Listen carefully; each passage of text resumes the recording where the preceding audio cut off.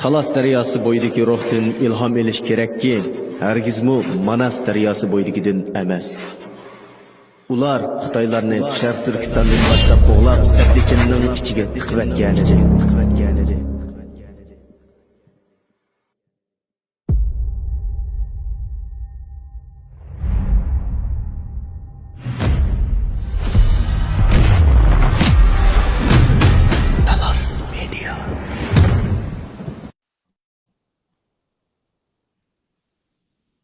Salam, hörmətli görürmənlər.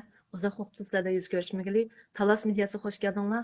Bugünkü qimmatli mehmonimiz olsa, həmmimizə tanışlıq olğan Dilyar Musabəkbək, Dilərbək, ekranımıza xoş gəldiniz. Assalamu alaykum Tumarz xanım. Rəhmət. Bugünkü temamız taqdim bağlanıb qolishi mumkin, chunki hamma bilgandek Dilərbəkninki xalqaro vaziyat haqida suhbat programmamiz qilib bo'ldi, davomlashmoqda. 5 oyning oldida men birinchi savoldan boshlab ketay. 5 oyning oldida Dilyar Musabək mundaq bir masalani o'tirib qo'ygandi. Falastin Israiliya masalasida Israiliya Falastinni yengolmaydi degan bir ko'zqarash o'tirib qo'ygan. Unaqasini so'rashni boshlaylik. Sizning mush ko'z qarashingiz hozir to'g'ri chiqdimi? Falastin Israiliya masalasi hozir nima gap to'xtadi? Udullam Palestin meselesi dıllam kırdınız, tamam. Vaktini çan tutuş için programa udullu kırdı bir mezgil boğaşka ben biraz ekranda könemmeye vatım arastınsam. Palestin-İsrailiya meselesi doğrusu da bu Talas doğruda bu programda da biz göz kararlarımızı, nimelerimizni oturup koygandık. Bir qancha yil davom qilgan bu nimada to'qinish jarayonida men ekranlarda qarashlarimni o'tirib qo'yib kelgan va oxirsida bu bir qisman bo'lsa natijalangan bo'ldi. Buni deganlarimiz to'g'ri chiqdimi deyishdan burun oldindan nima deganligimizni bir eslab o'tsak. Birinchisi siz degandek Israiliya Falastinni quruqlikdan kirib yana ololmaydi degandim. Bulupmu bir qancha hafta urushgandan keyin İsrailiya armiyasining bu yerdagi ahvolini ko'rib, men bu İsrailiya armiyasining u yerni kontrol qilib qo'l tutib tura oladigan qobiliyatning borligiga ko'zim yetmagan. Va bir ondan keyin bu yerni quruqlik tutib tura olmagandan keyin bular havodan bombardimon qildi. Hatto ba'zi mo'ljallarga qaraganda Yaponiyaning 2. Dunyo urushi vaqtida Hiroshima va Nagasaki orollariga tushgan atom bombasidan 30 tane atom bombanın küçülük bombanı bu yerga attı yani kichikina bir yerga 2 milyon insandan bir şey var ve bunu bilanmi ularni mag'lub qilolmadi. Yani İsrailiyaning maqsadi shu edi, psixologik bir warfare deydi, psixologik urush. Yani biz Hamasni deb, Hamas bizga hujum qildi, bunda eg'ir bombardimon xalqni qirg'in qilsak, xalq Muşu Hamas singenliğini yemezden, kalayım kankagaşka biz muş günge kaldık deb, Hamas koğan kollaş düşüdü deb oylagan dedi. Belki o psikologik uruş taktiksi bizden milleti işleydi. Yani muşlar singenliğini yegen bolsa, cemaatlarsa biz bu günü gömeydik deydiğen, o bizden milleti o. Ama ya bizden millette o işleydi ama Palestinliklerde o işlemedi. Yani Hamas'ın yeni tutuldu ahiraca ve oruçtu. Elbette kısmen İsrailiye taraftaki işleydi Allah çıktı o pul vasitli Allah bu. Ve tahminen hazır kırnımda binanın tigidi kavallarını öz çıkağında tahminen 150 bin Palestinlik öldü. Yani umumun nüfusu 2 milyon. 150 milyon nüfus oldu. Yani umumun nüfusunun 2-3%'ni bu urushda yok oldu yani. Ama Palestinlikler ahirigacha bel qo'yib etmedi. Anki İsrailiya Amerikani bu ish o'zining kuchi yetmagandan Amerikani bu ishga akirish uchun jiq qo'ral berish, hatto askariy jihatdan Amerikani harakat qilish uchun jiq tirishgan bo'lsa-mu, Trump bunga yaqin kamidi. Buni men burundan deb kelyapman. Trump Xitoyga markazlashish uchun bu rayonlarni tashlaydi deb. Yaqin kelmagandan keyin undan keyin Ironga hujum qilish orqali, ya'ni masalani yo'g'otish orqali Amerikani so'rab akirmoqchi bo'ldi. Ammo Trump İsrailiyaning yüzünü tushaymagan asosda Ironning yadro qurollarini yo'q qildik degan bir ko'rinish, bir sakna o'yin bilan o ishni besib etdi. Ve İsrailiyaga yo'l qolmadi ma'adagan. Ahırsıda Trump'a ma'qul deyishga majbur oldu. Bu yerde ama İsrailiyaning Netanyahu bilan Trump'ning arası içilib bo'lg'ili xili bo'ldi deb o'ylayman. Bununla aqıdan bir yig'in içildi Trump. O to'g'risida savolingiz bormi? Ya'ni keyingi savol shu bo'lmoqchi. Trump yaqinda 40 dak davlatni yig'in ochdi. Bu bizga ma'lum. Eng qiziqarli yeri bu yerda İsrailiya yo'q. Endi bu Trumpning dunyoga nima signal bergini, İsrailiyaga nima signal bergini, İsrailiya bu yig'inga nisbatan qanday inkas qaytardi? Programmadan burun şu sorayman degandim, şu o yerde savolingiz chiqmay turib davom etmay dedim. Haqiqatan to'g'ri, oxirsida kelishim tuzdi. Ya'ni İsrailiya nima deyapti? İsrailiya biz Hamasni yo'q qilamiz. Andan keyin G'azzani elib dengiz bo'yiga uy solamiz, bu yerni qurilish qilamiz degan plandi. Ammo planda amalga oshmadi, Hamas yo'q bo'lmadi. Hamasning bu urush boshlanishdan burun 35 mingdek a'zosi bor-ki, balki hozir 100 mingda yetib ketdi Hamasning a'zosi. Chunki o'rilgan binolardan chiqqan har bir yetim bola nega bordi o yerda, maktab yo'q, hech nima yo'q. Udul Hamasning oldiga bordi, a'zo bo'ldi. Shuning uchun İsrailiya egri mag'lub bo'ldi va Trump bu vaziyatni ko'rgandan keyin İsrailiyaning Netanyahuning ojizligi vaqtida hem Amerika'nın işçide dünyadaki karşılık Avustralya'da 300 bin adamdan koca çıkıp namayış kılışı degan xalqaro vaziyatdan kelgan vaqtidan foydalanib hech qanday to'g'risi Kennedy'dan bu yanga hech qanday Amerika prezidenti qilishga jasorat qilolmagan qadamni atdi. Ya'ni Palestin-İsrailiya meselesini haqiqiy hal qilaman desa, ikki davlatlik hal qilish chorasi deydi, two state solution deb. İki müstakil devlet, Palestin ve İsrailiya yanmayan. Bunun əməliyləşi üçün birli senariyo var əməliyyatda. İsrailiya ilə Palestin'in otursağa Amerika, Arab ve Türk armiyası kiriş gerek. Bu kirgəndən keyin onun ikinci şərti var. Bu Amerika, Türk ve Arab armiyası deniz armiyasını işletiş hukuku buluş gerek. Yani garantör salayeti buluş gerek. Bunda bo'lganda bu otursuğa iki taraf kirgan vaqtida bu İsrailiya-Palestin meselesi tinchiydi. Bu mesele tugaydi. Çünkü bu yerda tinchlikni xohlamayotgani Hamas emas, İsrailiya xohlamaydi. İsrailiya bu G'azzaning hammini yutib o'tishmoqchi. Masalan, Hamas bilan kelishim tuzdi, hatto kelishimni Amerika so'zlashib Qatarda Hamasning vakillari bilan Amerika ko'rishib ashani bombardimon qilib öldürdü İsrailiya. Yani az kalsın Amerikalıkla mı ketdi dedi. Elbette Amerika'nın Trump'ның yolu geçken Amerika'sı o yığın uğurlaştırgan İsrailiyanın lobisinin tesir astındaki yeni bir Amerika özünün Amerikalıklarını mı koşup bombardıman kayıtlı tas kaldı Katar'da. Yani Trump'ның bu tinçlik nesini planını buzmak oldu İsrailiya, sabotaj kılmak oldu ama ahırsı mağlup oldu. Bu yerde Türkiye ile Mısır, ben baştan davetime Türkiye ile Mısır keliştirici rol oynayalaydı deb ve ikisi keliştirdi. Ve netice süpütüde siz degen yığın meydana çıktı. Mısır'da 4 devlet en aldıdı. Otta da keyni bütün Avrupa'nın ki, Orta Şərqnin ki, yani Palestin İsrailiya meselesine hal oluşunu xalaydigan, bu yerge bir tinçlik kildigan, bir tinçlik kəskä deydigan devletler otta da keyinde.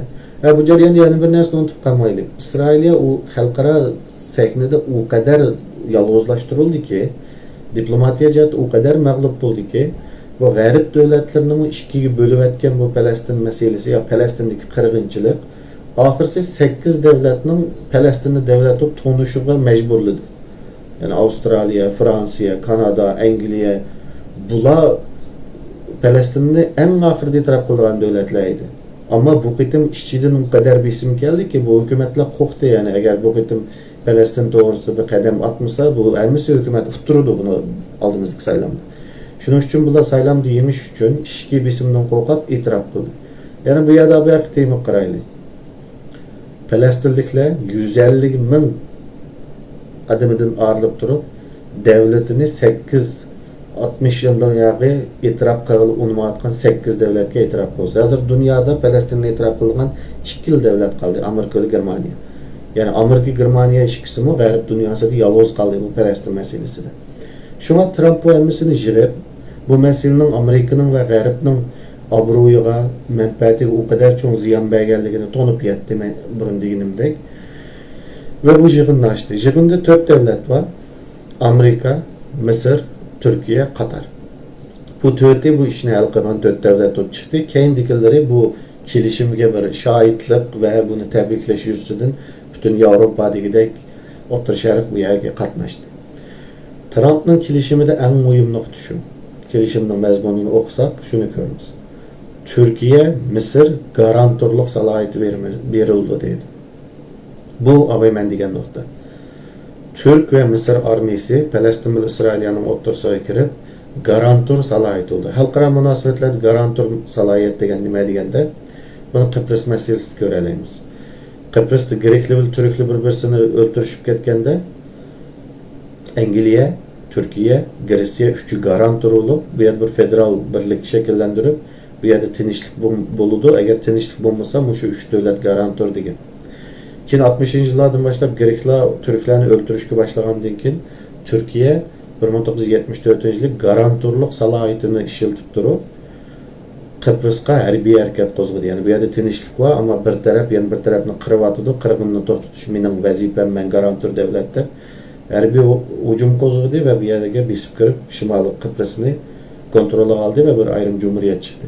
Shuning uchun Falastin Isroiliya masalasidagi garantorluq masalasi o kadar muhim ki bundan keyin agar bu amaliyleşse İsrailiya bundan keyin Falastinga bir nima qilaman desa Türk, Mısır ve Amerika armiyasiyle urush kerak bo'ldi. Bu Trump qilgan Netanyahuning jini chiqqan narsa bu. Ya'ni Netanyahuning tumshuqiga bir mush qo'ydi. Ila filmlarda bor, tumshuqqa bir mushni urib olib, keyindan qo'l yog'larini chiqarib burnini yetib qo'ygan bir ish var ya. Trump bunu bir mushni qo'ygan ekanki, menning da'vatim 2 yildan oyog'i bu urush to'xtagan ama Netanyahuning so'ti boshlandi İsrailiyada. Onun parxorluq davası var ya da o necha yil kesilishi mumkin. Trump mushni urib olib, qo'lyog'liqni chiqarib burnini yetgan shakli nima bo'ldi deganda bu yig'inni ichib Türkiye, Mısır, Katarga garantorluq huquqi beramiz deb bo'lib İsrailiya prezidentiga xat yozdi. Netanyahuning parxorluq davası uchun kechiruv etsanlar uni parxorluq uchun deb. Ya Netanyahuga yaxshi ko'ringan deb buni aytib qo'ygan bo'ldi. Bilsiz prezidentlarning ba'zi bir davalarını keçiriş hukuku buldu. İsrailiyanın prezidenti Netanyahu'nu keçiremdi. Netanyahu özünün cinini oluşturduğu geldi. Yaxshi taklif oldu.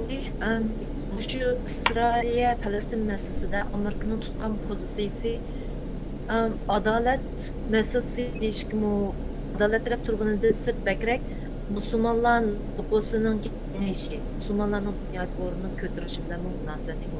Bunun dinki bilen Müslüman devletlerindeki münasebet kaldı. Neymiş için? Bu yaxşı sual buldu. Birincisi bu İsrailiya Falastin meselesi de birincisi bunu Amerika'nın işki siyasetindeki özgürlüklerini ayrım temamı buluşu mümkün ki ayrım sorsanız cevap vereyim. Amerika'nın işçi özgerdi. Amerika'nın işçi de Falastin meselesi de mıdak. Amerikalıklar, ben deyman o dinozavurlar deb. Burunqi çoğunlar Holocaust'ni unutmaydı. Germanlarning, Yahudilarning qirg'in qilgan shu narsa ularning mingisiga o'rnab ketgan. Shuning uchun İsrailiya nima ish qilsa mayli. Hatto tunugun kamera videoga olib turib İsrailiyaning askarlari West Bankda, ya'ni G'azzada emas, West Bankda Hamas yo'q u yerda, terrorchi yo'q, Hamasning a'zosi yo'q. Rayonda tunugun kameraga o'zi video kameraga olib turib ishki palastligi itib dunyoga tarqatdi. Ya urush jinoyati bu, field execution degan bu. Mushu. Yani bunda qiliqlarimi burunqi buvaylarlik Holocaust, Yahudilar qirg'in qilindi degan narsadan bunun mingisiga shunda yegizib o'tganligi uchun bular İsrailiyaning xato qildigini, İsrailiya o'zining Gitlerga o'xshash zolim bo'la oladiganini his qilolmaydi qiyinlar. Lekin yoshlar bir maqol chiqdi yaqinda bu İsrailiya G'arbning kelgusi 2 evlatni jutadi dedi. Yani bundan keyingi 2 evlat hazır 30 necha yosh, ondan keyin 20 necha yoshliklar o Holocaust'ni bilmaydi hozirqilar. O unutib ketdi o'ni ishlarni. Ularning mingisiga unday ishlamagan. Shuning uchun ammo bular 2 evlat ömür bo'yi bu qadimgi Falastindagi qirg'inchilikni unutmaydi. Bu to'g'risida bir maqol chiqdi va bunga men qo'shildim. Zaten benim yıllarını yağı devatkan desem şu. Amerika'nın işki siyaseti özgerdi. Hatta Trump çıkıp dedi ki burun İsrailiyanın yaman gipini kıgalla Amerika siyasetinin işçi turanmaydı. Hazır İsrailiyanın maqtagalla turanmaydıgan buldu. Acayip davr başlandı dep özü dedi. Onundikin bu Amerika'nın işçi cihetik sebebi. Taşkı cihetik sebep olsa elbette Xitay. Ben yıllardan beri davatımı Xitay'ın şimalini, cenubunu, şarkını korşap garbi uçup. Garbini tosaş üçün Amerika çokum Müslümanlarının köngülüne ilişki. Bununla mecbur. Onundaki yeni birisi bütün dünyadaki kültür cihetiki çöküş, aile kıymet karaşlarının çöküşü, okşaş cinslikler hareketlerinin evcilişi bilen aile kıymet karaşlarının çöküşü bilen dünyanın nüfusu çöküp atıdı. Fakat bir nüfustan başka, Müslüman nüfusundan başka. Müslümanların nüfusu örlep atıdı ve aldığımızdaki ölçülerde şiddet bilen örülüşü mümkün hazır siz degендek. Ve bu doğrusunda Amerika'nın Türkiye'deki baş elçisi bunu oçuk dedi yani aldığımızdaki 25-30 yılda dünya nüfusu 10 milyar kıytıdı. Onun 5 milyarda Müslümanlar buludu. Ya biz Müslümanlarla devamlı uğrayı veremdik ya ki eplişemdik. Hazır Amerika'da iki karaş var. Bir taraf ziyantatımız bundaki ketiversek Müslümanlarla eplişimiz gerek davet kıldı. Yani bir taraf İsrail'in pulunu aldı. Ama Amerika'nın işçi özgerdi hazır. Yahudilerden pulunu alın, senatörlerini internette tizimliklerini çıkarıp bilet taşlamayımız deyip hatta senatörler, kongresmenler Yahudi lobilerinin pulunu kaytır ötüp vardı. Yani 2012 yıldan tatip ben 2017'de tabi ikrarlığa çıktım da ama 2012 yıldan tatip ben davatkan eslenmişim. Amerika'daki yaşlar çoğulap özgergen günü Amerika'nın taşkı siyaseti mecbur özgürdü. Amerika'nın taşkı siyaseti yana bir qaytib kelamiz. Endi üçüncü sualım. Suriye'de El-Şari'nin yenide durup uruş qilgan Özbeklarniki Ulga inğalığı doğru haberlerini alğan oldu. Bu haber rasmi. Eğer rasmi olsa neyim için bu hadise yüz verdi? Onundaki siz 5 ayın aldıki tekliğinizde Suriye demokratiyaga mağanmaydı, garip devletler bunda polşa bulup Amerika yol koymaydı degandingiz. Hazır Suriye özünün demokratik yolga mağandıganlığı doğruluq haber bergen boldy. Bununla qanday qaraysiz, bunu qanday bir tushuntirishinglar bor? Oldu bilen Suriye'deki Özbek uruşçularının kol kıyılganlığı doğrusundaki haberler çıktı. Onu biz bir tekşüremegendeki rast yağın diyemeyiz ama bu haber rast olsa bu normal inkılap galba kılgandan keyin ballarını yeyişke başlaydı. Uygur generallığa battı. Uygur generallarının hukukları ip taşlanıyordu. Belki taşlanıp oldu bakıcı. Taşlanıyordu. Anladıkken yani devlet kölenge kalamaydı. Devlet degen nerse melli bulume yani küşke şiirik kalamaydı devlet. Men miyadi bulume maçetelden kelgen magor bulume yadi turdu. İşkimiz paralel birlikte yaşayımız ola ma'lum rayonni özü kontrol qilib Uyg'urchasini so'zlab yashab buni yo'l qo'ymaydi hech qanday devlet. Shuning uchun inqilob ballarini yeydi. Chet eldan kelganlarning hammasini aldırmay parça şekilde kuchsizlantirdi, qurolsizlantirdi, yig'ishtirdi. Hatta Xitoy bilan ko'rishib Xitoy to'yizdan qaytirib turinglar dedi degan xabarlar chiqdi. U Xitoy deydi. Görüşüp deydi elbette qaytırıp edip. Çünkü Suriye veyran buldu, uruş çugulup gitti. O devletini kim kurup çıkıdı? Suriye'ni kurup çıkıdığan iki devlet var. Yani biz construction, kuruluş cihette en ezen şehir salalaydıgan iki şirketleri güçlük olan, şehir salalaydıgan şirketleri güçlük olan iki devlet var. Türkiye ve Xitay. Ya bundaki Suriye'nin kuru kaytıdın inşa ceryanı da Türkiye ve Xitay rolü neydendi? Onda olgandaki onu bir devlet bir görüşüdü ve biz ne yaptık kozur kılıp qanday işiltimiz degan narsani o'ylashadi. Ama işi bekle asan bo'lib ketmaydi qaytarib etishi. Mesela Taylanddan qaytgandek asan bo'ldi deb qaramayman. Çünkü bu işte yani Julani bir peşka. Onun keyindikiler nimdeydi. Türkiye nimdeydi, Amerika nimdeydi, Angliya nimdeydi bu yani. Endi Suriye meselesini ben bu yerge demokratiya kaygızmaydı dedim. Siz hazır sordunuz demokratik yolda bana men dedi o dediniz. Bu gepler menimce tekrar baldır. Ben neymiş için bu yerge demokratiya kaygızmaydı deymen desiniz. Bu yerge demokratiya kelmesligi İsrailiya için paydalı. Yani bu O'rta Şərqnin strategiyasini, kimning nima ish qildig'ini ijro qiladigan kuch Amerika bo'lgan bilan uni belgilab berdigini Angliya amaliyotda. Ya'ni Angliyaning aqlini ishiltidi bular. Shuning uchun hozirmi qarasak, Qatarda Amerika Hamas'ını ko'rishimizda bo'lsa, Isroilga bir bombardimon qilganda bu aeroplanlarga Isroilning havodan mayqashlab berganlar Qatardagi inglizning aeroplanlari mayqashlab berdi. Ya'ni ko'rsangiz, ingliz bilan Isroil ayrım yolda, Trump başçılık Amerika ayrım yolda ayrılışını görüyoruz hozir ikki tarafga. Shuning uchun bu yerga demokratiya kelgizmaydi deyishimning sababi inglizlar Suriyaga demokratiya kelgizmaydi. Ya'ni haqiqiy ma'nodagi demokratiya. Masalan, Iroqni demokratiya deb saylam qildi, Iroqni 3 oylig'i bo'lib berdi. Barzani, Maliki, Talabani deb 3 oylik bo'lib berib demokratiya degan oxiri urush ketdi. Suriyani shunda qildi Angliya. Ammo Trump Abay deganimizdek bütün mevcut sistemga, mevcut odatga isyon ko'tarib chiqqan, sirtdan kirgan odam bu establishmentga qarshi dedik burundan. Agar bu shu jasoratni ko'rsatsa, Yahudi lobbisiga oxirgacha qarshi tura olsa, bu Suriyaga mu Türk armiyasini ya birsini kirgizib, bu yerda muqimlikni tutib tura olsa, Angliyali Isroilga yo'q deganda shularning lobbisiga yo'q deb qarshi tik tura olsa qila oladi. Ammo men Trump'ın 3 yılda vakti var. 3 yıl deyken yani Amerika'daki Yahudi lobisi yana başka korkutucusu bu yani O'rta Şərqdeki birden bir güzel bakın çıkanlaşlanma Amerika'da Israel is the only democracy in the Middle East. Yani Suriye'ni demokratiyalaştırıp O'rta Şərqdə birle İsrail'e demokratiya deydiğen bu güzel propagandanın yeniga O'rta Şərqdə İsrailya bilan Suriya demokratiya deydigan kalampaylıqni qo'shqozmaydi İsrailiyani chiroyli ko'rsatish uchun. Shunga ama Trump bunga qarshi chiqyapti, qila olamda oldimizda ko'ramiz. Demokratiya qurilsinmi, u en azda Loisaning bir gapi bor, yine dedik Uyg'urlarga değer so'zlaganda demokratiya qurilishga 75 yil ketadi, 3 yillar ketadi. O'rta Şərqdə demokratiya qurilish uchun balki 150 yil ketadi. Suriye meselesi kelgan vaqtida Amerika'nın, İsrail'nin, yani G'arb davlatlarining o'yiga tutgan pozitsiyasi eng muhim bo'lgan bir tema Sharq Turkistonliklarning taqdiri. Endi Suriyadagi Sharq Turkistonliklarning taqdirida qanday o'zgarish bo'ldi? Ular qanday tanlash yo'li bo'ldi? Ular nimaga majbur bo'ldi? Qaysi yo'lda ma'qul to'g'ri bo'ldi? Mush to'g'ri qo'shilib bergan bo'lsangiz.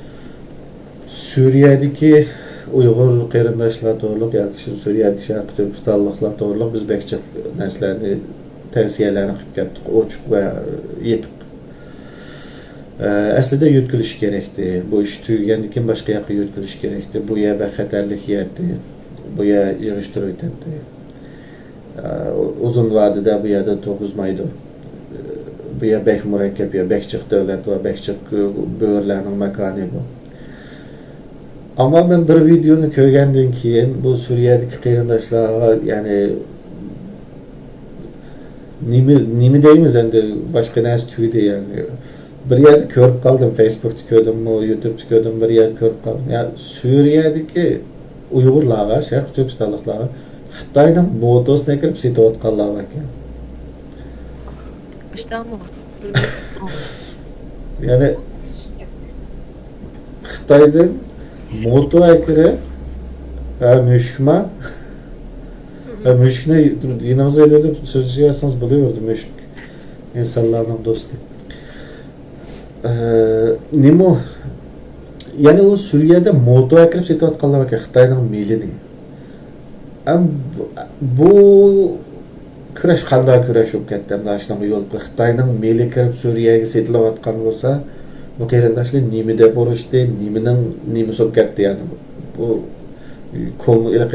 adam yig'laydi desa, kuladigan kulaydi desa, yig'laydigan bir ajoyib bir tema. Shuning uchun Suriyadagi qarindoshlarning asli bu Sharq Turkistonga foydali qilma va o'zini saqlab qolaman desa, bu vaqtcha yutkilib bo'lish kerakdi. Menimcha fursatni qochirib qo'ydi deb qarayman.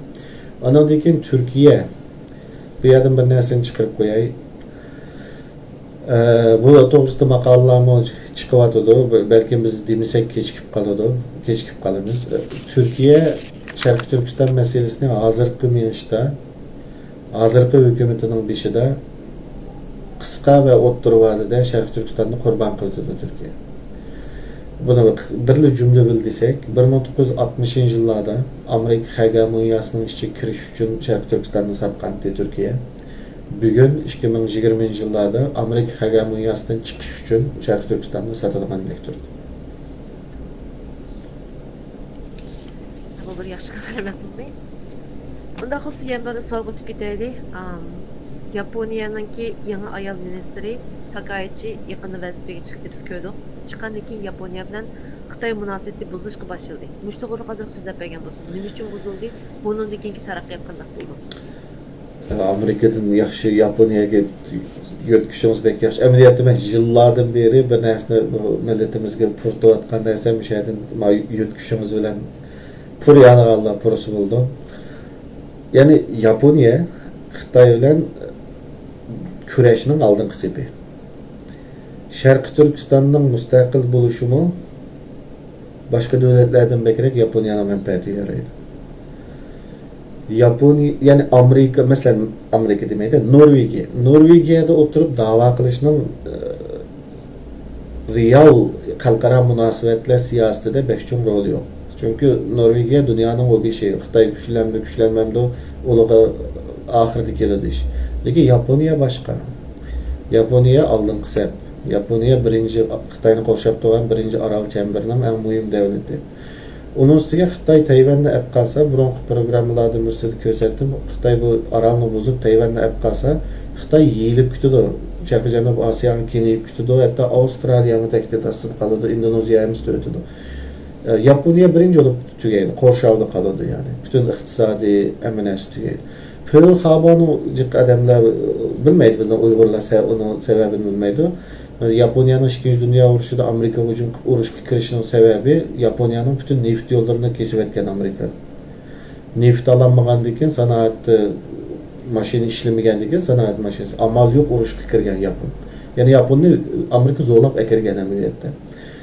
Bu da mı? Eğer Tayvan ketip kalsa Xitoy bu Yaponning neft yo'llarini kesib etsa, bu Yaponiyadek, Avustraliyadek devletler urush vaqtlarida Aralda xotirjam turimiz deb talaylikda ko'ringan bilan supply line'ni kesib etsa, yani ta'minot zanjirini kesib etsa, ochliq qolgan davlatlar bu Avstraliya, Yaponiya. Shuning uchun Tayvan qo'ldan kessa Yaponiya uchun hayot mamot masalasi oldu dedi Takaichi hanım ve bunun bilan Xitoy sakrab ketdi. Bu buldu. Bunun da amal yok. Yani Yaponiya bu jiqadamlar deydi, Yapon siyosatining ichida Xitoylashib ketdi. Koreyaliklar va Yapon bo'lib olgan medialar solchillarning kontrolida o bu degan men bilan burun suhbatlashganlar, dashtaq deganlar bor. Buning ichida chet ellik analizchilar bor, Uyg'urlar bor. Lekin men har vaqt shunday bir gapni dedim hammasiga. Davlat aman devletligini qiladi. Bir yere kelgan vaqtida o devlet o'rnidan qo'pib ketadi. Chunki ko'ringan siyosatchilar, parlamentlar, yana bir narsalar devletning bir qismi. O devletning ko'rinmagan qismi bor. U shu xatarlarni ham narsani analiz qilib, shuni tayyorligini qildi. Shunga bu qitim bir dolqin ko'tarilib, bu atogin bisqidi. Bisqib yani munosabatlar o'ng'shaldi bu deydi. Lekin bu kötürülgen neyse aldığımızda Xitoy bilan bo'ladigan ishning nimaligini ko'z tupurdi. Yani Yaponiya shiddatli qurollanib hozir qaytadan. Bu dengiz osti paraxodlari degan narsalarni kuchaytirdi. Shunga Tayvan kessa Xitoyning chiqishi, kengayib chiqishi taki Indoneziyada o'tib Avstraliyagacha tahdid etmasiga. Shunga hammasi shu bugungi yerda qapsaq tutish kerak. Ama bayatın deganimizde bu tarafni qo'shilib, g'arbni o'chib qolib qo'ysa foydasi yo'q qo'shgan. Hammamiz bilgandek, agar Xitoy Tayvanga chiqsa yoki urushsa, Amerikaning aralashishini hammamiz bilamiz. Demak, yana bir davlat chiqadi Yaponiya. Bu biz uchun bir xush xabar desak bo'ladi. Undaqda bu qitimliq Yaponiya bilan Xitoy munosabatining buzilishiga Amerika qanday inkas qaytardi? Bu Tayvan masalasiga nisbatan yaqin yurgan. Qanday inkas qaytardi?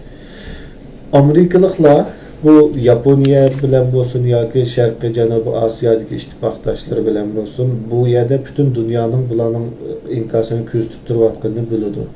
Tayvan masalasida hozirgacha Tayvan mustaqillik e'lon qilsa qo'llaymiz deb strategik ambiguity tutib turib oldi, strategik iniqsizlik. Tayvan'ı kollayımız demese Tayvan ekelep kütüdü. Xitay'ını kollayımız deyip kalsa Xitay'ı ekelep kütüdü. Tayvan'ı kollamayımız deyip kalsa Xitay'ı ekelep kütüdü de bular bildirmey turib oldu. Lekin amaliyat şu, hakikat şu. Şarkı Janubi Asiyadaki bir ittifaqdashini tashlasa Amerika, bu dünyada ittifaqdashi qolmaydi Amerika'nın. Hiç kim işenmeydi buna lekin. Hammasi Xitayning kuch o'zini atadigan bo'lib ketadi. Zaten Amerika bizni qutqazmaydi kelib. Shuning uchun Amerika Tayvan uchun urushni xohlamaydi.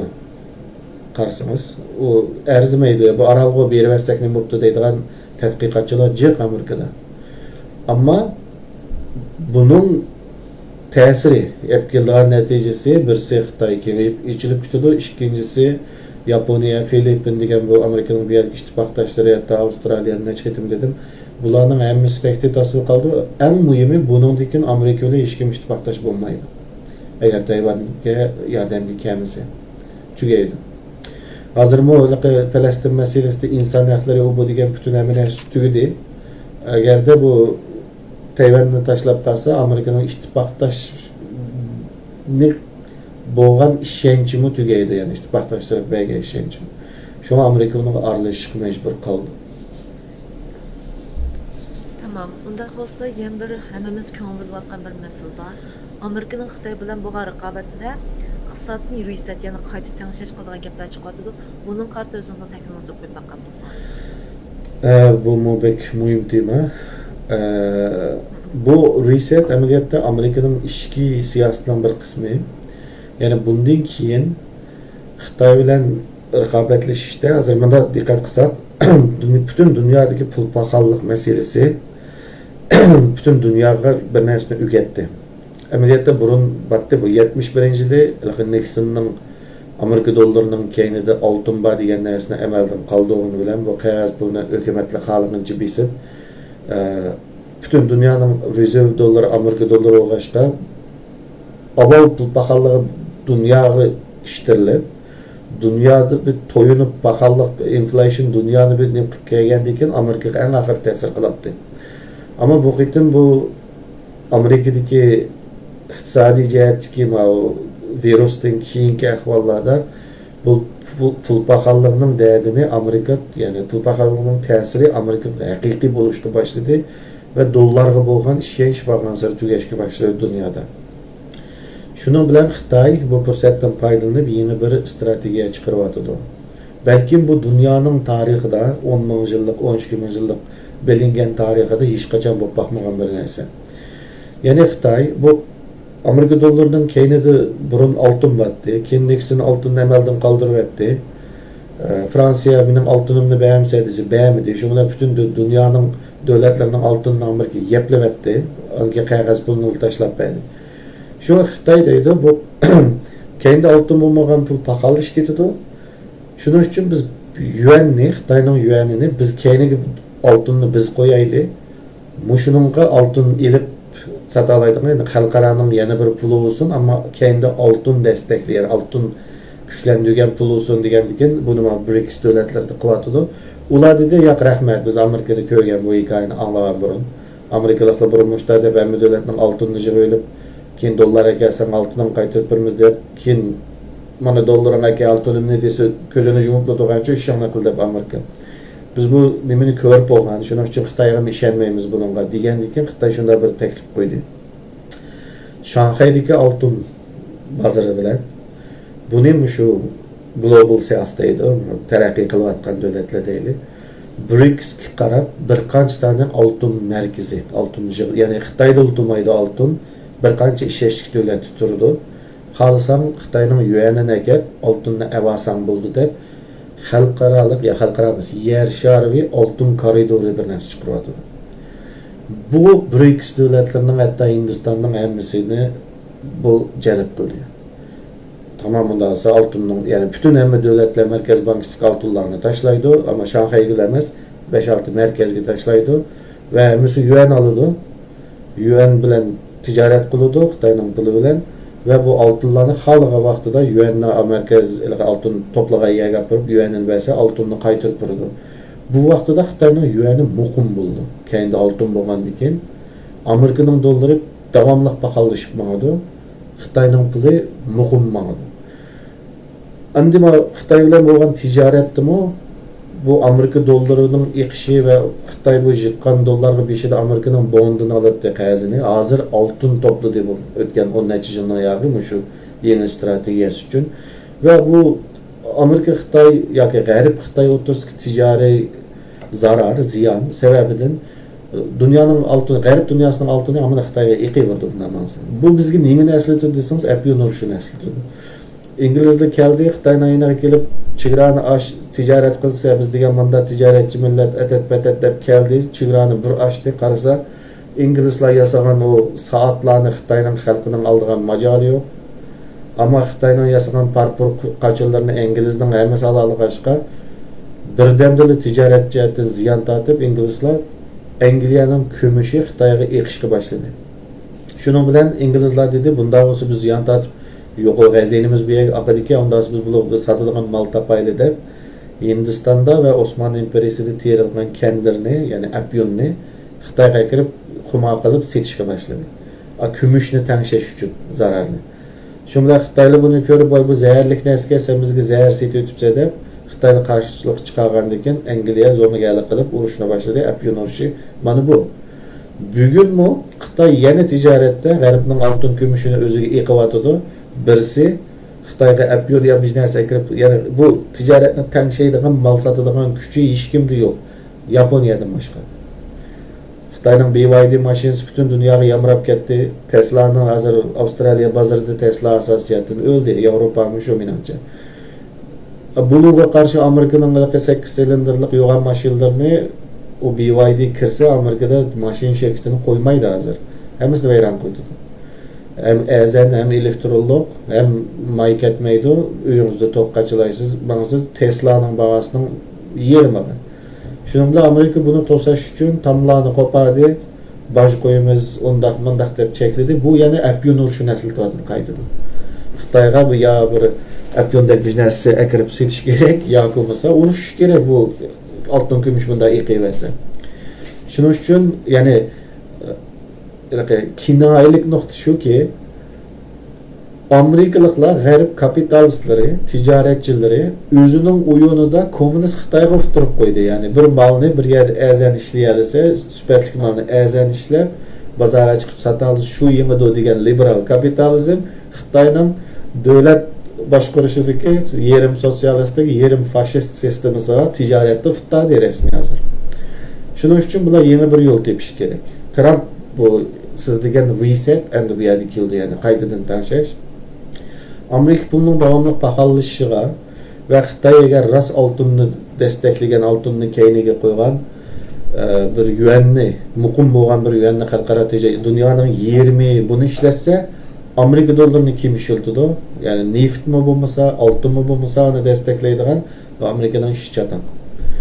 Shuning uchun birinchi jihatdan Eyliqi Falastin to'g'riliq 40 davlatni bir yerga yig'ib ochgan yig'in Amerikaning Xitoyga bergan signali, ya'ni O'rta Sharqda Falastin masalasini ko'zor qilib ishlatma deb ham qiyol qilma, biz bu masalani hal qildik. Mana manchilik davlat mening yenimda va bizning munosabatlarimiz davomli yaxshi bo'lmadi bu neft eksport qilgan davlatlar bilan bo'lmadi, ammo yangi masalani hal qilib biz uchun masala emas degan narsa bo'lsa, ishki jihatdan Amerika dollarini amaldan qoldirib dijital kriptoga o'tish mumkin. Hozir senatdan qonunlar chiqishga boshladi. Amerika dollarining dijitallaştırılışı degan hozirgi analizchilarning amaliyot hozir emas, bu 2 yil bo'ldi. Buni faqat hozir qiziqdi munosabatli boshqa hozir so'zlashyapmiz. Amerika dollarini amaldan qoldirib yangi American Digital Coin chiqishi mumkin. Hozir butun tayyorliklar shuningda buni jiqadamlar 38 trillion dollarlik reset deb atab oldi. Ya'ni agar shu narsa rost bo'lsa, 38 trillion tane Bitcoin'ga o'xshash bir coin chiqarib, har bir dollarni bir tangaga tegishib, bu 38 trillionni shu qadam bilan bozorga atadi, ki bankalarga berib taqdi. Bitcoin'ning kripto narsaning bir yeri, bir alayligi, u pulni boshqa vaqtda qancha chiqadigini bekitadi. Demak 38 trillion bekitadi, bu pul paxallashmaydi. Ama bunu 38 trilyonunu asta bazarga töküp bolgan dekenço. Bu 38 trilyon naqd pul, cash yoki digital pul. O Amerika iqtisodiga yetishmoqchi, Amerika iqtisodining periodida yetishmoqchi deganda, menimcha ikkinchi qadam yana bir tanga chiqardi. Ma bu oldida chiqargan tanganing 100 tal tanga anadan birsiga tang desa, o yana paqalliqni yana 50 yil kechiktirib ash tanga bilan mangalaydi. Bu xuddi burun sentni chiqarib o sent paqallash qilgan ekan, qog'oz pulni chiqarib ma bir so'ning 100 ga tang $1 degandeklar mang'uzalaydi. Shunga Amerikaning Xitoyning bu planiga altın bilan desteklengen 10 neçe ming isbotlangan dunyoning eng qimmatli metali bo'lgan eng muqim qimmatini qo'daydigan bu metalga qarshi bunun orqali desteklab kuchlantirgan yuan siyosatiga qarshi Amerika kelgusini texnologiya tarafidan desteklengen kriptokurrensiyaga o'tish ehtimoli bor hozir. Amerika'nın şu içki siyaseti kriptokurrensiye yetiş ihtimali var dediniz. Bunu dünyaya kengaytiş ihtimali var mı? Bütün dünyada müştakka dijital pul işletiş ihtimali var mı? Garip dünyası Amerika'ya yakışıyordu. Yani Amerika'nın çıkı mesela değil, American coin değil çıkını. American coin şu dolar bakacak dünyanın nimi pulu, reserve pulu buldu ve İngilizler o bulup bir sürü ticaret kısa şunu işildidu. Ilki yana bir 10 yılına yağı bo'lib bakmagan narsa nima deganda dünya tarixida davomli bir pul. Yani qadimki Yunonga borsangiz mı, qadimki Babilonga borsangiz mı, nega borsangiz altın pul, altın bunu ko'mish. Ama tunji qitim insoniyat ikkiga bo'linib global south degan yani sharqiy janub bu taraqqiy qilayotgan davlatlar altın destekli qog'oz pul, yani Amerikaning 71-yildan burunqi ve g'arb devletleri, g'arb demokratik devletler deganlar yana bir xil pul ishlatadigan bu dünya tarixida ikki qutb, ikki xil narsani pul deb tonigan bunday ish dunyo tarixi bo'lib bakmam. Yani umumyüzlük. Hazır aklımızda çoğun işler bu kadar ki onda biz Amerika'nın içki siyasetini kep toxtlaydı. Hem de Amerika'nın içki siyasetinin her çoğun işler bu arada. Hem benim köylümde azırak özellikle göz karşına şunu aldı biz ballarımızdan ensirap oturattık. Çünkü sosyal medyada olsun, emniyet olsun, halkların otursa LGBTQ meselesi otursa da o işte de buladı da. Hemen bir korkunçtan çıkıp düşken. Ama hazır Trump hükümeti kelgendikin şiddetten nemi özgerdiysanız vatanperverlik doğruluq. Talaş tartış bulunğan Amerikanın mənfəati birinci orun qoyuş gerek. Adalet. Şu meselesini sözləydiğanan ait köpəydi, xalqın şu tərəf qarapmalıdır. Hem de bu özgürüş qançıq dərəcədə xalqınki iradəsiga bilatlaşışı qarab tərəqqi qıldı desiniz. New York'nki şəhər başçılığınınki musulman bulup sayılışı, musulman bir balın sayılışı. Zohran Mandani'nin sayılıp çıkışı. Muşunun bir şahit bolğan bolduq. Muşunu çördegen ahvalasida Amerikanın içki siyaseti qandaq özgürüşlər boldu. O özgürüşlər tashqi siyasətə qandaq təsir göstərdi. Tashqi siyasət özgürüşlər bu xalqaralıq özgürlüklərə qandaq təsirini göstərdi. Şu to'g'ri təklifini qo'yib qo'yganmisiz? Rahmet. G'arb elitizmini, g'arb elitizm nuqtasini jiq adamlar mundaq tushunadi. Xalqning nima deyishi muhim emas. Kuchliklar ularni kontrol qildi. 5-6 Yahudi bir ishning keyinda o'tirib dunyoni kontrol qildi, mediani kontrol qildi, ermishni kontrol qildi. Hatto Isroilga hujum qilganda, nima Hamas Isroilga hujum qilganda Mossad mening qachon o'birga kirganimni bildi deb jugalimi bo'lgan. Tamam, bir sistema statiko establishment bo'ldi, ammo uningmi choq ketida vaqt bo'ldi. Britaniya imperiyasi. Dünyada nurg'un adamlar, Malaysiyaliklarmi Britaniyaning yiqilishini tasavvur qilmagan. İngilizlar yengilmaydi deb o'ylagan. Taki Yaponiya bütün İngilizni Osiyodan surib chiqqanga qadar. Keyin Yaponlar bisvagandan keyin haliqi to'g'an xalq, İngilizning qo'lastida to'g'an xalq Yaponiya bisvagandan keyin o'zini hammasi to'xta, İngilizlar mag'lub bo'ladi ekan. Ondan sonra İngilizli məğlub bolğandan keyin Yaponni məğlub bo'ldi deb, Yaponninki İngilizlarni qovlab chiqargani xalqi jasoratga Yaponga qarshi urushish uchun. Yani dunyoviy bir imperiyani Asya'dan sürüp çıkan devlet emniyette Japonya. Ve bu yerdeki bütün devletlerin müstakil buluşunun ışığını, ya ruhunu yaratkan devlet Japonya. Şuna okşaş, yok bu özgermeydi, bu manda güçlük diyen nesime hemiz çap getidi bir yere kelgende tügeydi. En avval Amerika'da medyanın rolu tügedi. Bunun şu Fox'taydı, CNN'daydı, yenmişimidaydı. Aşının olan bu halkını aldat ve her xil temalarda işte ip manattı. Ama sosyal medya çıkandan keyin bu sosyal medyada yaşlarını aldayanmadı bunu ben cıhtip kettim ekranda ve yaşlar bütünlüğü özgerdi. Hazır siyasetçiler asli demokratiyanın asli resetiga qaytıvadı. Yani factory mode'ga yani halkninkini anlaysa. Halk söz konsept qilib yuraversa deydigan ish yo'q degan kelyapti. Bu yer yana bir muhim tema. TikTok. TikTok'ni Xitoyning mundaq bizning uchurimizni o'g'irlaydi, unda qildi deb satımız değil. Ameliyat undaq emas. TikTok'ning Amerika nusxasi bütün data Amerikada saqlandı. TikTok'ning Amerikadagi nusxasida Xitoyninki maqsadi birincisi pul tepish, ikkinchisi axloqiy nimalarni buzishchi algoritma bilan yoshlarni o yan tomoshaga yo'llash. Ammo uchur o'g'irlash emas. Xitoy uni qilib bo'lmaydi, chunki datani hamiz Amerikada edi. Undan sonra TikTok'ni nima uchun xatarlik deb qo'l almashdi dedisangiz, TikTok'ni İsrailiyəyə ziyan bo'lg'ashqa. Chunki CNN bilan Fox'ni yo'q qilgan narsa bu Falastin masalasida TikTok. Shuning bilan TikTok'ni majburiy sotqizib kimga berdi? Oracle'ning qurg'isi, ya'ni İsrailiya armiyasiga Amerikada ancha pul iyoni qildigan Yahudi odamga TikTok'ni majburiy olib berdi. Bundan keyin TikTok'ning algoritmasi bilan o'ynab İsrailiyani xarlaydigan, set ko'rsatadigan narsalarni xalq ko'rsatmaydigan qilmasak bu TikTok bizning ishimizni chataqildi ekan deydi. Shuning uchun ya'ni Yahudi lobbisimi o'zining ojizligini qarta buniki algoritmalar o'ynaydigan yerga o'tdi endi. Shuning uchun bu yerda bir raqobat bo'lyapti. Abay deganimizdek Trump uchunmi nihoyat cho'ng nafas ilishma Isroiliya masalasida bo'lsin, boshqa masalalarda bo'lsin bo'shliq yaratyapti Amerikadagi o'zgarishlar. Ondan keyin yana bir muhim narsa solchilarning cho'kishi. Bu mandak.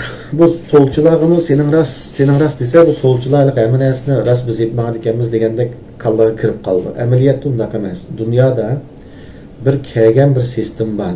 Necha ming yilni ya kelgan bu 2005 feodalda, keyin Renaissance solda chiqdi degandek. Lekin bu sistemning insonlarning xarakteriga, insonlarning tabiatiga uyg'un taraflari bor.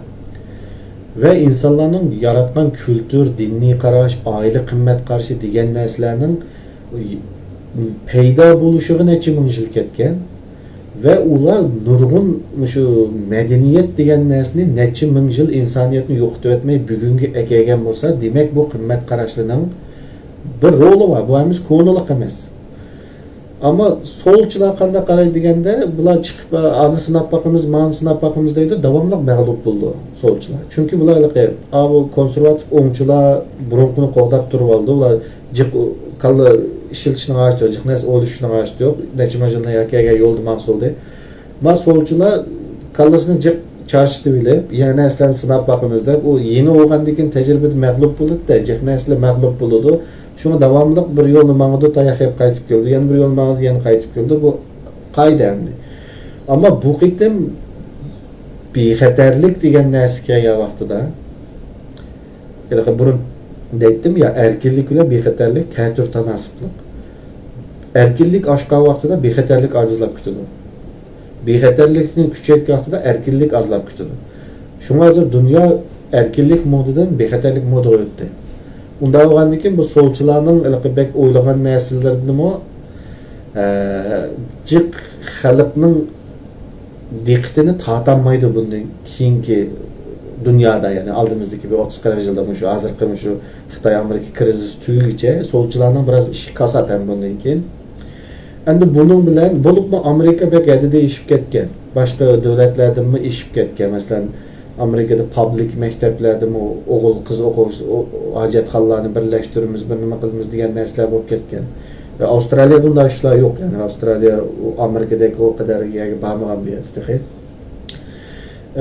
Shuning uchun insonlarning qarshiligi va nurg'un narsada siyosiy ko'z qarash va jihatlarda o'ng tarafga konservatizmga qiyish bor.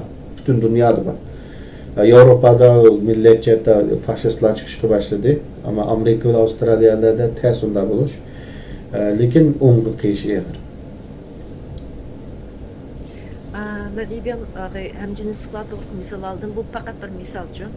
Şunu aldı da bizning ko'rgan dunyamiz Amerikaga chiqib qandatsınız. Men haqiqatan shu çalışında ko'nglim yerim anam ümitsizden ekan. Zərli çekimlik əbəcəb ketganmiz. Fənd bilan işlətadiganlar. Ondan keyin Kaliforniya tərəfdə işsizlikdən sırt, yəni homeless deyimiz, sırtda kambag'allik divani ko'chada qolganning soni 20 neçəsi işib ketdi-də.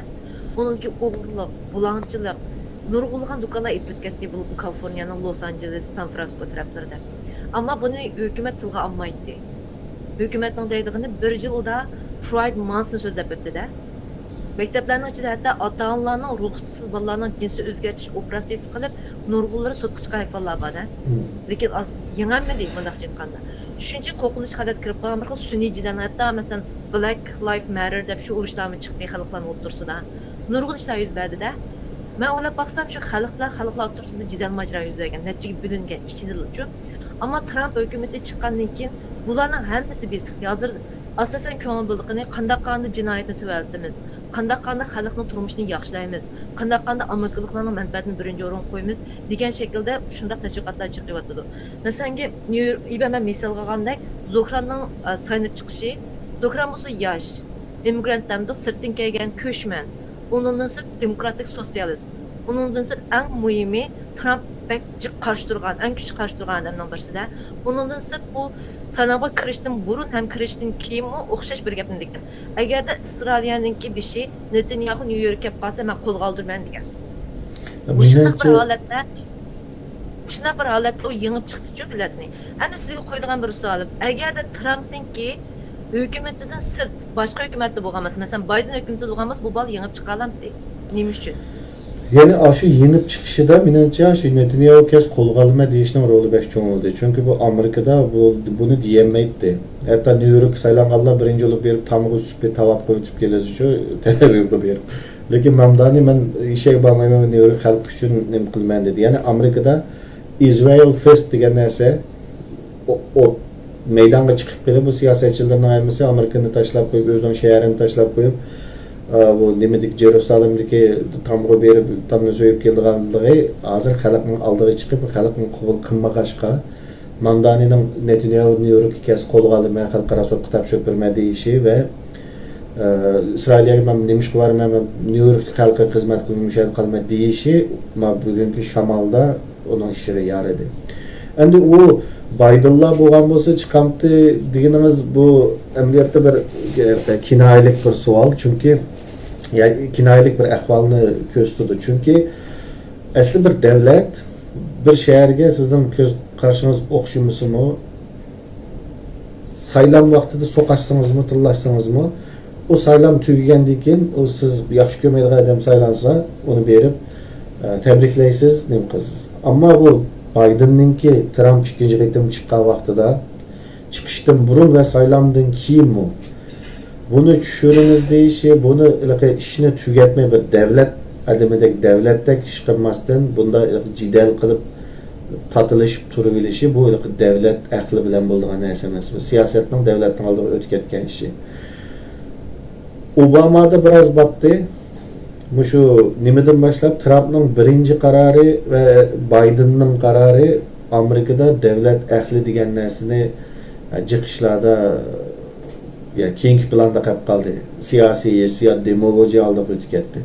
Ammo bu qitim sizning demoqchi o'rningiz shu. Trump Mamdani saylangandan keyin Biden Trump saylanganligiga eskilikni bu qilmadi. Birle ekilip görüşüp New York saylandan burun tillashgan bo'lsaqmi it's okay you can call me fascist demeyin fascist desamishim asli davlat adimashda oldu asli davlat degan shu saylan bo'yicha jidal qildi saylamdan keyin birlashtirish kerak xalqni ya'ni Trumpning nurg'adan bu saram andaq mandaq deydi lekin Trumpning men ikki narsada men hayron qilyapman birinchisi Amerikaning unutilib ketayotgan davlat salohiyati davlat ahli degan narsani bir yerlerde tırıldırılatıdı o gerçi dan konflikti gaplarını açılmış kıptosunu Onun ikincisi xalqarada haqiqatan urush qolmaydigan rahbar keldi. Ukrayna, Rossiya urushni to'xtatib deb pulni kesib nima qilib bo'lsa, buni kesib. Albatta uning sababi Xitoyga qarshi Rossiyani yeniga tortish. Ermeniya, Ozarbayjon masalasida Amerikada ermanilarning lobisi var.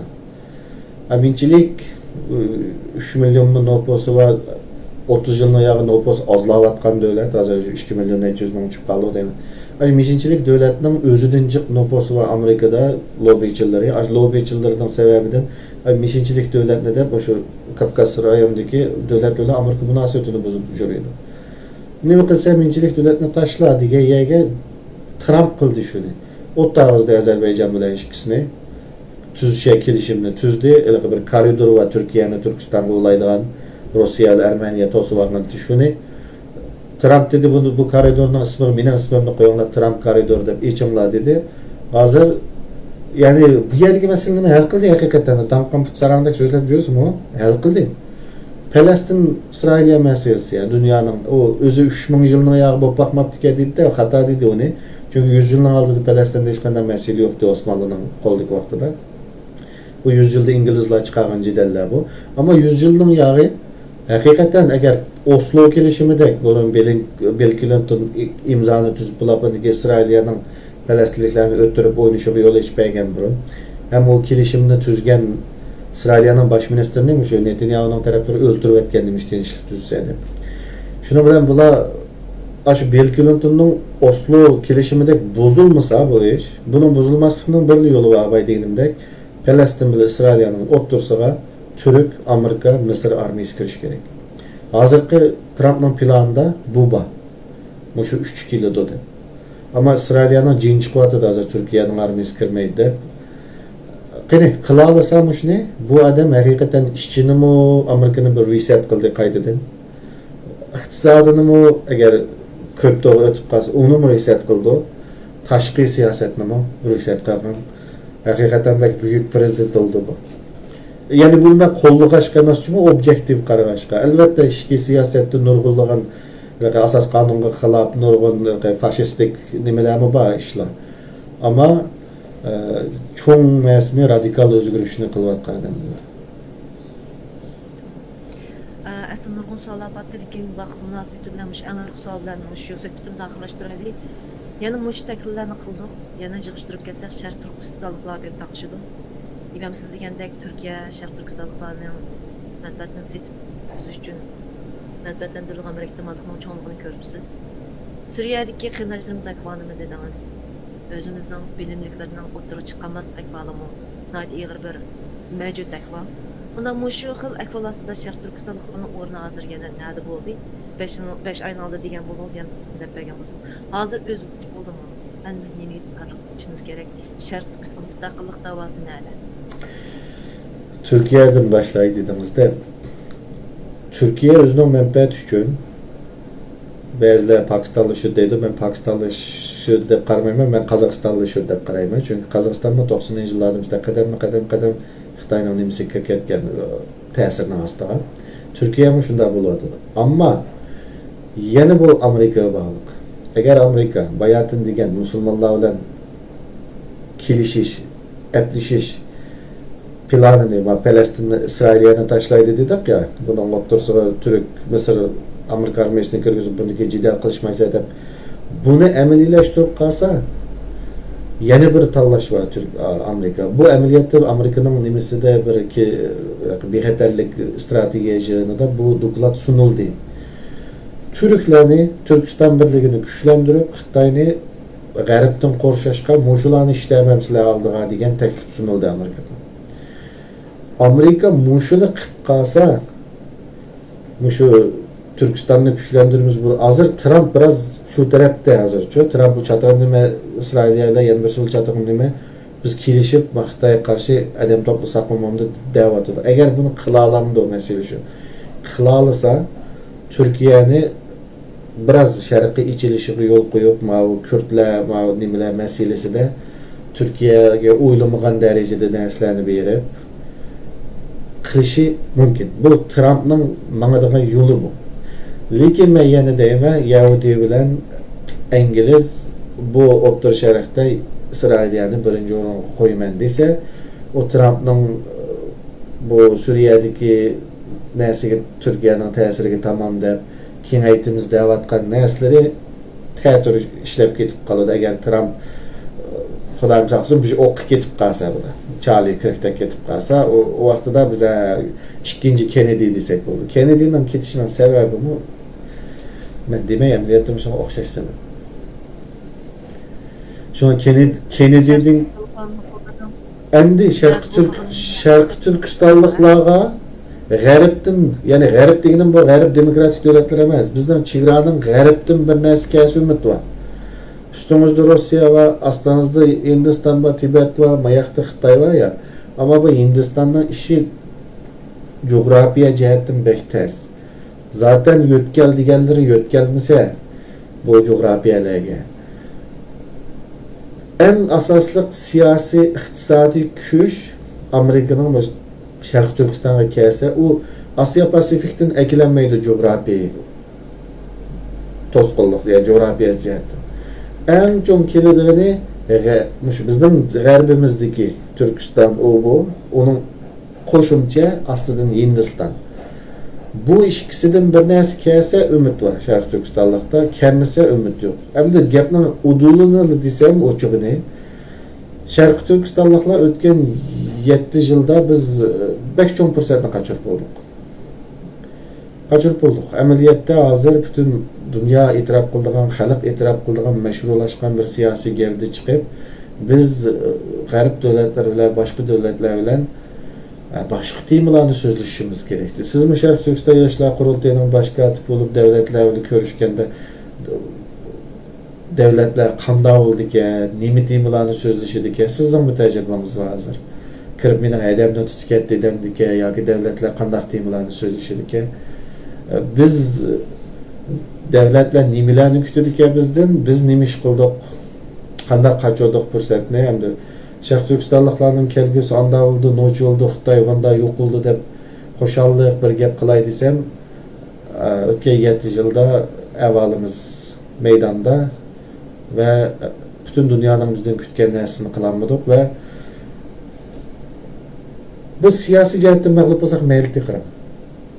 Akademik jihatda milliy aqlni saqlab qolgan bo'lsak mayli. Lekin akademik dunyoda biz qachon o'ldik desangiz, ya'ni bu millat qachon akademik dunyoda o'ldi desangiz, elaqa munofiqlik qurultayining shafaq raisining ishi chiqqan vaqtida bizning ishchimizdagi akademik, ya'ni bizni siyosiy churuk o'simi millat ahli bormi, millatning degan ziyolidan bir qanchasi Sharq Turkistonlikdan chet elliklarni to'plab, chet ellik ziyolilarni, bilim egalarini to'plab, Badolqon Aysanning ish tugamigacha biz ma qurultay bilan aloqa qilmaymiz degani bizni saqlab qolgan, bizning yuzimizni saqlab qolgan eng oxirgi nimetdi. Eng oxirgi bizni tutib olgan qo'ldi. Ammo undan keyindan o'zini Uyg'urning ziyolisi deydigan diplomlar aytmoqchi xotinli va Gongshoyanning nimalari 55 tane nan qepi biz Dolqun Aysanni qo'llaymiz deb bir narsa e'lon qildi ya. O gün bu milletning milliy ahli yo'q deb biz akademik sohada o'ldi bu millat shu kuni. Shuning uchun siyosiy jihatdan mag'lub bo'lsakmi, bizning akademik bilim jihatdagi ahli va odamlar turib bergan bo'lsa, davlatlar to'xta sening siyosiy qilmaydiganlaring qamlashtiramidi bularni bir davlat bunda bir narsa o'ylaydigan nima yo'q-ku, mesela o'zining tarixini ko'rdigan nimalikka, ama sizlar bu balkan sizlar bilimdonlar, sizlar bizga isini ko'rsatdinglar, biz shuni tishlab chiqib sizning gapinglarni ep mangayli degan bo'ladi. Ama biz şunu ko'rsatdikki, siyosiy jihatda bizda siyosatchi nima yo'q, hammasi guruhvaz, mishichi ya'ni ko'rdigan guruhlar. Ondan keyin bilim jihatda, akademik milliy aql jihatda ashu 55 ma bu millatni xalqaro bilim dunyosida o'ltirdi rasmiy. Tugdi. Aziz davlatlar shuni ko'rgan kuni qarama bir millatining yani bir setchilik chiqdi. Uni tezla istifa bergiziblar, boshqa odamni qo'yiblar, vaqtida ipmag'di bayonot beriblar, bizning tashkilotimiz bunday ishlarni qabul qilolmaydi, do'qmaysa bugundan boshlab tugdi. Bir qurbonlikni kessiz millatning yuzi qoladi. Onu kılanmay bulup birbisini kötüygendiği için en akırısta az ziyaledi. Bizden en akırkı milli aklımız çıkan deyedi. Doktor bu neyse hata dep çetelliklerini bu yana Uygur şunas dep atalganlarını çıkıp bu şunu hal kılmasanlar biz sizler bilen nim kılmayımız, emkarlık ornatmayımız digini bu milletin yüzünü saklap kaldığına en ahırkı bir akıl, milli akıl yani teki kömülüp cimmidi tuğa akılının dışarı çıkışı. Koddelik Osmanlı yıkılganda emmesi tüydi diye vaxtıda bir akıl çıkıdı. Mustafa Kemal Seyyağı ve Semiyye'de tutsa anıqıl, səhmanıqıl uruşda bir yanım tegidin, şunda bir akıl çıkıdı Osmanlı'dan üçün. Yıkılga vaxtıda, kutkuzudu. Bizde bu şu akıl çıkkandı. Toxtama dolku neysandı sen bana tüyetme teşkilatlara ciddilimle ayrı mesele ama ma mesele bu başka nesede bir akıl özünü çıkargandı. Ayaqtın poqaygan nanqibiden 55 çıkıpla bizde onda akılını hürmet kıldıgan bunu düşündüğün an yok.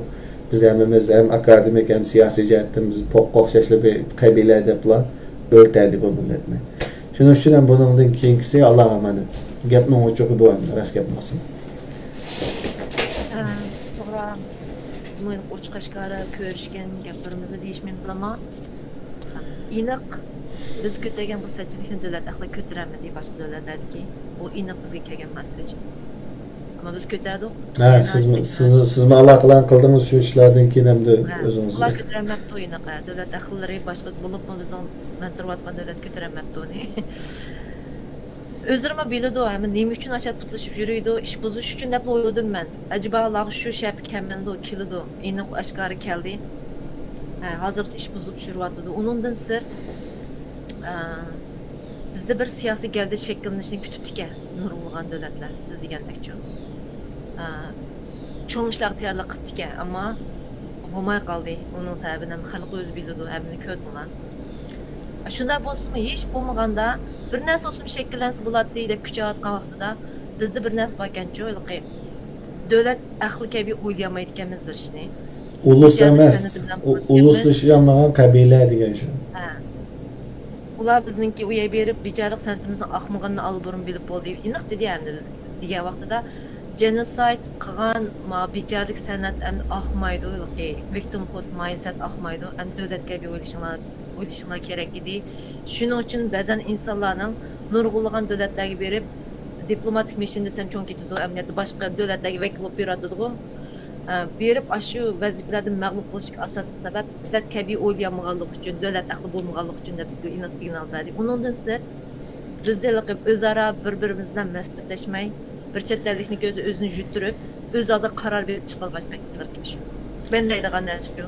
Bizde adap varlık, işki meselesini bütürüp, buna şekillendirilgen iş pek az gel. Karam, millet ulus degen, ikkimizning emas. Şu Suriye'deki men tanımaydigan, men ko'rib bakmagan bir qiyinchim bilan, Kanada'daki bir qiyinchim, yana bir yerki bir qiyinchim, derdimiz o'xshash bo'lishi kerak. O'xshash narsaga ichilishimiz kerak. O'xshash narsadan qo'shilishimiz kerak. Masalan, bugun Kivalda ma formadan g'urur his qilishimiz kerak. Sharq Turkistondan formasida mana nimadan o'xshash narsadan iftixorlik tuyishimiz kerak. O'xshash narsadan azoblanishimiz kerak. Bu vaqtda biz millet oluruz, derdimiz ve koşallığımız bir olsa. Ama bizden derdimiz bir emaskenki. Bizden aramızda 70 tane dert bilen 70 yıl yolda mangan nesler var ki. Şunun için bu temini uzatmayla ama menimce Bunu ikilik bir ayrı tema tutaylı çünkü vakt meselesinden onun sesinin vaktini sunmasek adapta bu talas medyası ki söhbetini bir saatini aşırmaydık. Bugün temi cıqlap ketkenlik için, sual cıqlap ketkenlik için bize uzurap ketip kaldı. Suallarımız mı tağdım bağdım oldu çünkü nurgun nəsə jığılıb qapçı ki, mən şu cəvrini soruyu aldım bugün Dilyar Bəgdən.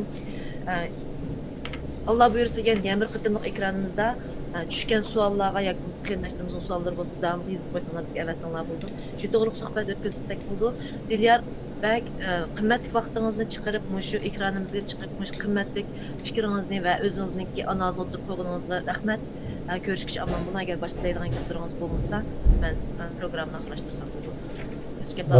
Sizge bu rahmet başka gap yok. Çünkü biraz ekranlarda uzak vakit ayrılıp da başka biraz gaplarım duduqlap nıqıp ketip kaldı. Şuna qeyrindaşlarının sabriga rahmet. Köygen hemmesiga sizge köpten köp rahmet ettim.